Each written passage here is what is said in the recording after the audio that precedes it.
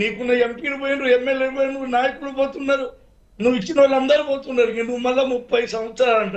నువ్వు 30 సంవత్సరాలు కాదు కదా, ఈ 5 సంవత్సరాలు ఉండేది నీవు జైలుకి వెళ్తావు. ఇంకా నీ గురించి ఆలోచన లేదు, అది చెప్పాలి. రైట్ వీరబ్రహ్మం గారు, శీల వెంకటేశ్వర్లు గారు, మీ మాట ఏంటి బడ్జెట్ పై? అయితే సార్, ఇందాక నేను అక్షర సత్యం గారు చెప్పింది నేను విన్నాను. ఆయన చెప్పిన ప్రతి అక్షరం అక్షర సత్యమే. అంటే ఉచితాల వల్ల దేశం కానీ రాష్ట్రాలు, దేశం చాలా నష్టపోయింది, ప్రజలు నష్టపోతారు ముందు ముందు.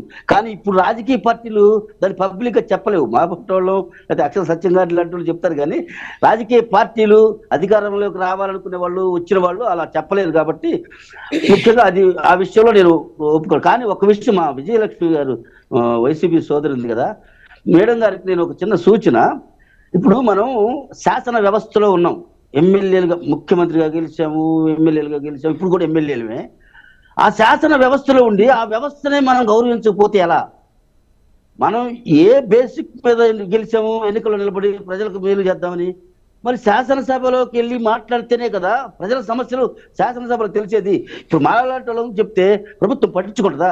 ప్రభుత్వాన్ని మేము డిమాండ్ చేస్తున్నాం. ఇప్పుడు బీసీ కులగణన జరగాలి, లేకపోతే బీసీలకు 33% రిజర్వేషన్లు చట్టసభల్లో కూడా కావాలి. ఇప్పుడు కావు. ఒక మాట అంటే ఏంటంటే, అలాగే బీసీలకు అనే కాదు, అన్ని వర్గాలకు న్యాయం జరగాలని ప్రతి వాళ్ళు కోరుకుంటారు. జగన్మోహన్ రెడ్డి గారు ప్రతిపక్షంలో మాకు హోదా నాకు ఇవ్వలేదు, నేను రానంటే అది సహేతుకంగా లేదు మేడం. మీరు ప్రజలు రేపు పొద్దున మళ్ళీ పోయి ఓట్లకు వెళ్ళాలంటే ఓట్లకి వెళ్ళి ఏమడుగుతారు మీరు? అయ్యా గతంలో మీకు ఓట్లు వేస్తే మీరు అసెంబ్లీలోకి వెళ్ళలేదు 11 మంది, ఈసారి మీరు కూడా మాకు వద్దు అంటారు. అవునా కదా? వాస్తవాలు మాట్లాడుకోవాలి. జగన్మోహన్ రెడ్డి గారు కూడా తెలియకగా తెలుసు, కాకపోతే తను ఫేస్ చేయలేకపోతున్నాడు. ఏమన్నా ఇంకొక 6 నెలలు సంవత్సరం ఆగితే ఏమన్నా వెళ్తాడేమో. ముఖ్యమంత్రిగా ఊహించుకున్నాడు, 30 ఏళ్ళు ఉంటాననుకున్నాడు, సడన్ గా ఎంత దిగజారి పరిస్థితి. ఇంకొక మాట అండి చందు గారు, ఇంకొక మాట. ఇప్పుడు నిన్న జరిగిన ఒక అరెస్ట్ మీద కూడా చిన్న ఒక 2 మాటలు చెప్పాలనుకుంటున్నాను. వంశీ గారి అరెస్ట్ జరిగింది, అది ఏదో దుర్మార్గం, ఇంటి మీద పోయి చేశారంటున్నారు. అది ఎలా దుర్మార్గం అవుద్ది? వీళ్ళ పార్టీలో ఉన్న ఆ కంప్యూటర్ ఏజెంట్స్ ని అతనే పోయి కేసు పెడితే సంవత్సరాల క్రితం, ఈయనంతటా నేనే పోయి వంశీ దగ్గరికి పోయి నేను విత్డ్రా చేసుకుంటాను అని చెప్పి కోర్టులోకి వచ్చి విత్డ్రా చేసుకుంటారా? జరిగితే ఎక్కడన్నా ఇది వంశీ అనుచరులు తీసుకొచ్చిన మాట కోర్టు ముందు ఆ సీసీ కెమెరాలో వాళ్ళ ఫోటోలు, వాళ్ళ కార్లు, ఆ వ్యక్తులు ఉన్నారు. జరిగింది వంశీ బెదిరించిన మాట నిజం. వంశీ లాంటి రాజకీయ నాయకుల్ని ప్రోత్సహించింది అయితే రోజా గారు కానీ వీళ్ళందరూ మాట్లాడిన మాటలకే మనకి ఈ పరిస్థితి వచ్చింది. ఇప్పటికే తెలుసుకోండి, మీరు అధికార ప్రతినిధులుగా వచ్చేవాళ్ళు కొంతమంది ఇప్పటికీ ఉన్నారు, వెంకటరెడ్డి గారు లేకపోతే చాలా మంది.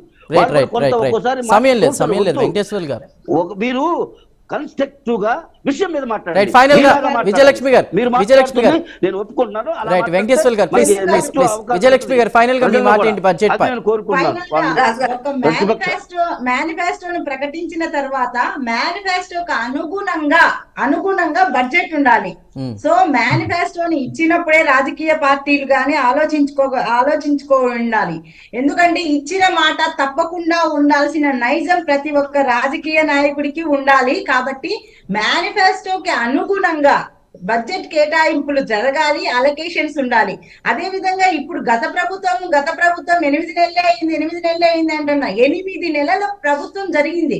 8 నెలలలో మద్యం పాలసీ గురించి జగన్మోహన్ రెడ్డి గారిని విపరీతంగా 5 సంవత్సరాలు ట్రోల్ చేయడం జరిగింది. కానీ ఆ రోజు మద్యం అమ్మినటువంటి ప్రతి ఒక్క నయా పైసా కూడా ప్రభుత్వంలోనే చేరింది. ప్రభుత్వం ప్రజలకే అది అందింది.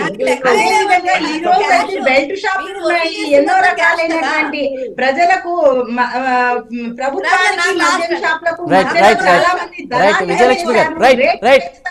కంటిన్యూ అవుతుంది, సమయం లేదు. రైట్, దానికి ఒక లెక్క పక్క లేదంటున్నారు. సౌజన్య గారు ఫైనల్ గా కంక్లూడ్ చేయండి, సమయం లేదు, క్లోజ్ చేయాలి. విజయలక్ష్మి గారు చెప్పారు, చక్కటి సూచన ఇచ్చారు. ఆ సూచన ప్రకారం ఏదైతే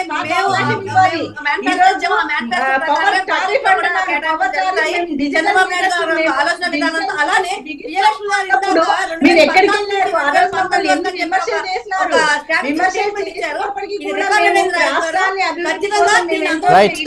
ఎందుకంటే